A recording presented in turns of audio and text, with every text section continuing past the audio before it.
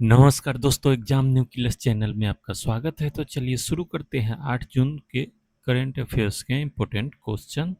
तो ये है क्वेश्चन नंबर 1 जून 2026 से भारत और किस देश के बीच ऐतिहासिक व्यापक आर्थिक साझेदारी समझौता सेपा आधिकारिक रूप से लागू हो गया है। तो आपको बताना है इसका सही आंसर, और इसका सही आंसर है ऑप्शन बी, ओमान के साथ ये लागू हुआ है। तो इसका महत्वपूर्ण फैक्ट्स क्या है, तो टैक्स फ्री एंट्री। इस ऐतिहासिक समझौते के तहत भारत के 98% उत्पादों जैसे कपड़ा, दवाई और इंजीनियरिंग सामान को ओमान के बाजारों में ड्यूटी फ्री बिना किसी टैक्स के प्रवेश मिलेगा। और इससे होगा क्या, तो रोजगार सृजन होगा। इससे भारत के घरेलू विनिर्माण मतलब मैन्युफैक्चरिंग क्षेत्र में बड़े पैमाने पर निवेश बढ़ेगा तथा रोजगार के नए अवसर पैदा होंगे। तो ये एक बहुत ही महत्वपूर्ण उपलब्धि भारत के लिए है और भारत के हित में है। चलिए दूसरा क्वेश्चन को देखते हैं। तो ये है डिजिटल लोन ऐप पर रोक के संबंध में। तो इसका डिटेल ये है कि भारतीय रिजर्व बैंक ने डिजिटल लोन से जुड़े धोखाधड़ी वाले ऐप्स को रोकने के लिए किस नए एकीकृत सत्यापन मंच को शुरू करने की घोषणा की है। तो इसने किया है डिजिटा मतलब डिजिटल इंडिया ट्रस्ट एजेंसी शुरू करने की घोषणा। इसका डिटेल समझते हैं। तो इसका मुख्य उद्देश्य क्या है, यह केंद्रीय एजेंसी अवैध और अनाधिकृत ऋण देने वाले ऐप्स की बढ़ती धोखाधड़ी एवं उत्पीड़न के मामले को प्रभावी रूप से रोकने के लिए स्थापित की जा रही है। और सत्यापन प्रक्रिया क्या है, तो डिजिटा के पास सभी वैध डिजिटल ऋण ऐप की एक केंद्रीयकृत सूची होगी। बिना सत्यापन वाले ऐप्स को गैरकानूनी मानकर प्रतिबंधित किया जाएगा। तो ये बहुत ही अच्छा कदम है और सरकार द्वारा पीछे जो घटनाएं सामने आई थी उसी को लेकर ये कदम उठाया गया, क्योंकि बहुत सारे लोग का टॉर्चर कर रहा है, उगाही कर रहा है, लोन देने के बाद भी उनसे पैसा मांगा जा रहा है। आदि घटनाएं हमेशा होती रहती थी और न्यूज में आए दिन बनी रहती थी। तो इस कारण से सरकार ने इस प्रकार का कदम की घोषणा की है, जो बहुत ही सराहनीय प्रयास है सरकार के द्वारा की जा रही है। चलिए तीसरा क्वेश्चन।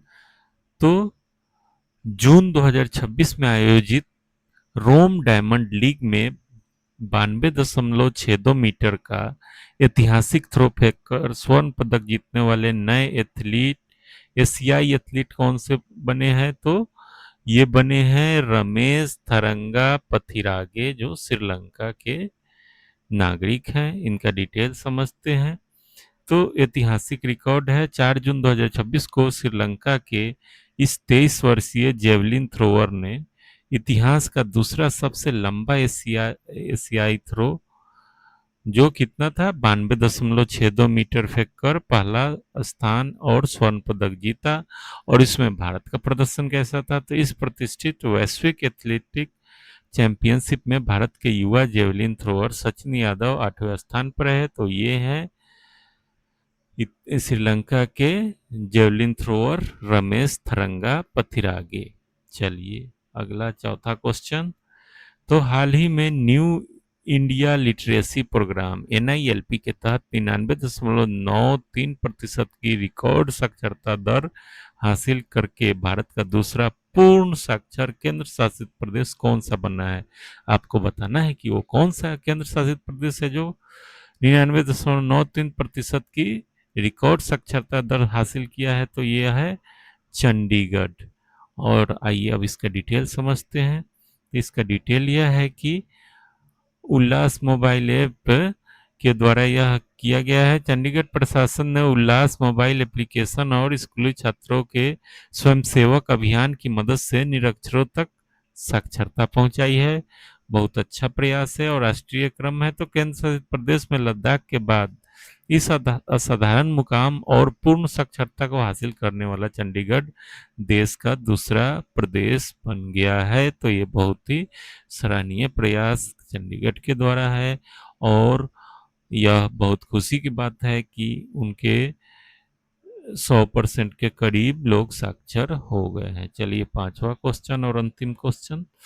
तो राष्ट्रीय बाघ संरक्षण प्राधिकरण NTCA, इसे ध्यान रखिए, एग्जाम में फुल फॉर्म भी पूछता है कि रिपोर्ट के अनुसार भारत के किस टाइगर रिजर्व ने बाघों के सफल प्रबंधन और संरक्षण में देश भर में शीर्ष स्थान प्राप्त किया है। तो ये स्थान प्राप्त किया है पेंच टाइगर रिजर्व, जो मध्य प्रदेश में स्थित है। तो चलिए समझते हैं इसका डिटेल, और इसका डिटेल है एमी मूल्यांकन के माध्यम से, मतलब मैनेजमेंट इफेक्टिवनेस इवैल्यूएशन के नवीनतम आंकड़ों के आधार पर मध्य प्रदेश के पेंच को भारत के समस्त 55 से अधिक टाइगर रिजर्व में प्रबंधन के लिए सबसे अव्वल माना गया है। तो पेंच एक नंबर पे है। और सांस्कृतिक महत्व क्या है, तो पेंच टाइगर रिजर्व अपनी घनी जैव विविधता के साथ साथ रूडयार्ड किपलिंग के प्रसिद्ध classic the jungle book Mowgli की जन्मभूमि के मुख्य आधार के लिए विख्यात है। तो ये है पेंच टाइगर रिजर्व के बारे में महत्वपूर्ण फैक्ट। चलिए, ये छठा क्वेश्चन, रक्षा मंत्रालय ने भारतीय सेना के लिए उन्नत Pinaka multi barrel rocket system के वाहनों की आपूर्ति के लिए किस भारतीय सार्वजनिक उपकरण पीएसयू के साथ समझौता किया है? आपको बताना है उस पीएसयू का नाम। तो उस पीएसयू का नाम है भारत अर्थ मूवर्स लिमिटेड। चलिए इसे समझते हैं। तो पिनाका की ताकत है यह कि यह एक अत्याधुनिक स्वदेशी रॉकेट सिस्टम है जो महज 44 सेकेंड के भीतर एक साथ 12 मारक रॉकेट दागने में सक्षम है, और डीआरडीओ द्वारा पूर्णतः स्वदेशी तकनीक से विकसित किया गया है। और आपूर्ति समझौता क्या हुआ है, तो नए भारी मोबिलिटी वाहनों एवं लॉन्चर चेसिस के स्वदेशी निर्माण का काम रक्षा मंत्रालय द्वारा बेंगलुरु स्थित बीईएमएल को सौंपा गया है। तो ये बहुत ही सराहनीय प्रयास है भारत सरकार के द्वारा कि अपने पीएसयू को इसका ऑर्डर देकर उन्हें और देश की रक्षा उद्योग के लिए एक बहुत ही उत्कृष्ट कार्य किया गया है।